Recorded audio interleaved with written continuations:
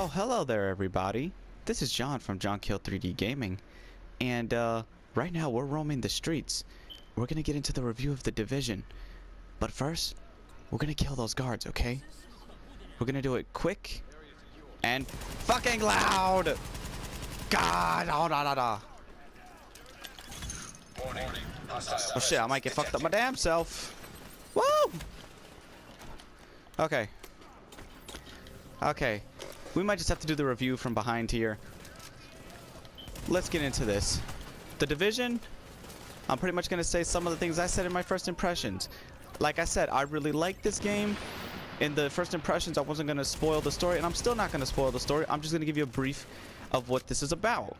An unknown pathogen or virus has broken the fabrics of society, creating an apocalyptic New York where the gangs and criminals and different factions are trying to take the city from the people. While you are a Division agent, have been activated to quell the spree of these factions, while the people and the scientists continue to try to learn how to stop this pathogen. And this pathogen is consisted of many different sicknesses: swine flu, Ebola, what was the other? Smallpox, you know, several other types of things. So that's basically the gist of why this scenario happened. But anyway, now I'm gonna get into the meat, the gameplay. This reminds me of the SOCOM game, the Tom Clancy SOCOMs, or not SOCOMs, but the original Tom Clancy games that were like this. Just, I take this and put it in the originals because this seems like that with its control style, except it has multiplayer and it's co-op and you can play with your friends. The city always has something going on, different events, different missions, different sets of bounties, anything you could do to gain.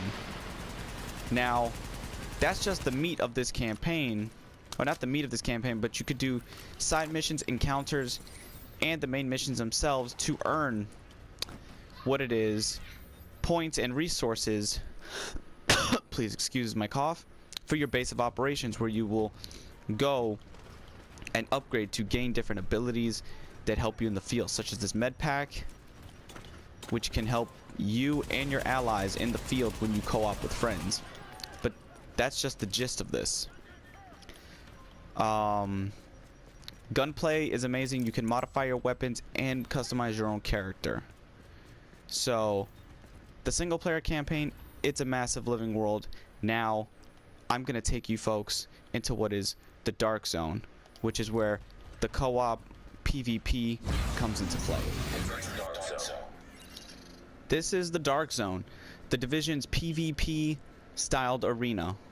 But before I get into more of that, there's something I want to briefly explain. Your character's abilities and your different ability trees, you can upgrade to be a medical, a tech, security, and add different modifications depending on what you prefer. Also, your talents. These are the perks to your character. Well, perks are over here, but they're practically the same thing. This is the more you upgrade your main base, you can get these abilities. Also, your inventory, your dark zone pack is things you can extract while you are in here, and your weapons, and so on and so forth. But your weapons also have different items and different gear depending on who you are and what you can do.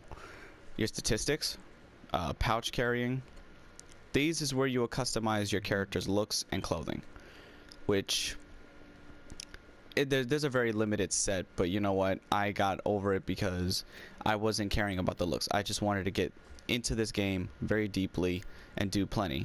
Wait, why did I go back? Also, you can get parts for crafting.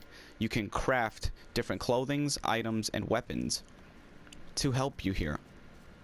The dangerous part about the DZ is not only its NPCs, but its players, because everyone will start off friendly, nice, and normal, but if there's something valuable, they will attempt to take it from you. They will not hesitate to fight you for it.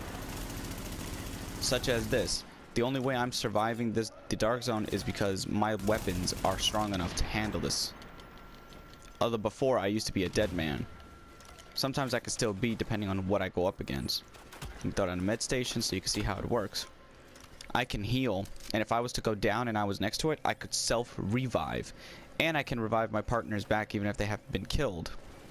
Which is a huge bonus, because that means that gives everything you need in just one little box. Now, the AI is not stupid. The AI will fight you as if they were players. Sometimes it's hard to tell what's a player and what's an AI unless you see the indicators that they have above them. Their indicators allow you what kind of position they're going for and what kind of person they are. These are not normal grunts.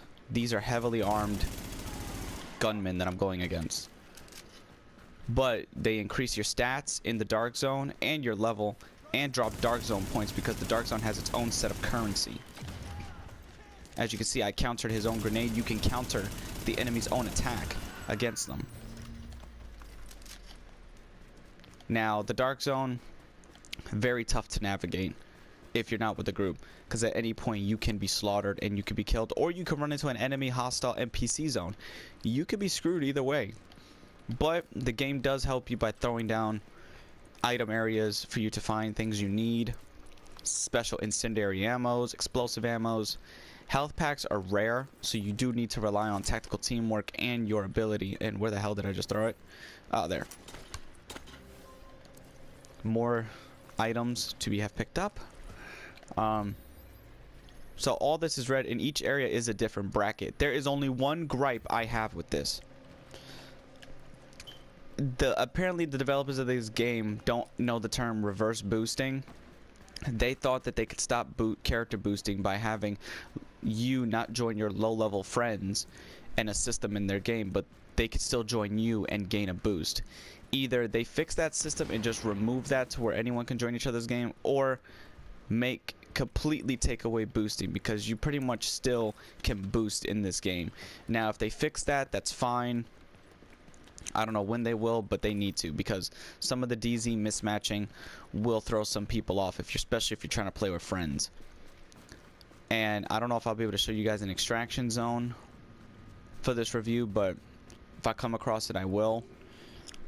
But overall, my thoughts of the game: I enjoy the game. I prefer it over Tom Clancy's Rainbow Six Siege. Six Siege is not my forte. I'm not saying it was a bad game. It just wasn't meant for me. This game is for me because it has everything I like. Team-based, more team-based than Six Siege, because Six Siege you can still exploit things. This, it's really hard to exploit certain things you can do against other players, and especially against the AI, because things are ever... The city is living. Despite it's seemingly dead due to its apocalyptic scenario, but the city is still living and it's still alive. See, I can outsmart the AI. They'll think I'm in my last position and I can take off. So that just shows the level of things you have to do to survive. All in all, Tom Clancy's Rainbow Six Siege, it's an 8 until they fix that DZ mismatch problem and boosting problem. Until next time, guys, this is John from John Kill 3D. Keep on gaming. Game on, people. Just game on!